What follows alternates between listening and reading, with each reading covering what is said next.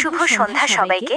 আমি প্রশান্তি দাসারি, ভারত থেকে এসেছি। আমি আসলে জন্মগতভাবে একজন খ্রিস্টান এবং আমি স্থানান্তরিত হয়েছি দুবাইতে 2011 সালের অগস্টে। এখানে আমি ইসলাম সম্পর্কে জানতে পেরেছি এবং আমার ভাইও এখানে দুবাইতে থাকে এবং সে আমাদের সবসময় বলতে থাকে আল্লাহ সম্পর্কে।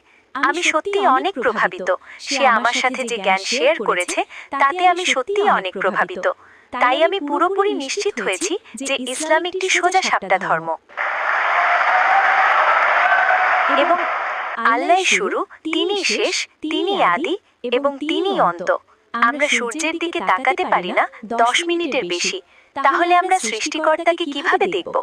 তাই আমি পুরোপুরি বিশ্বাস করি। তবে কিছু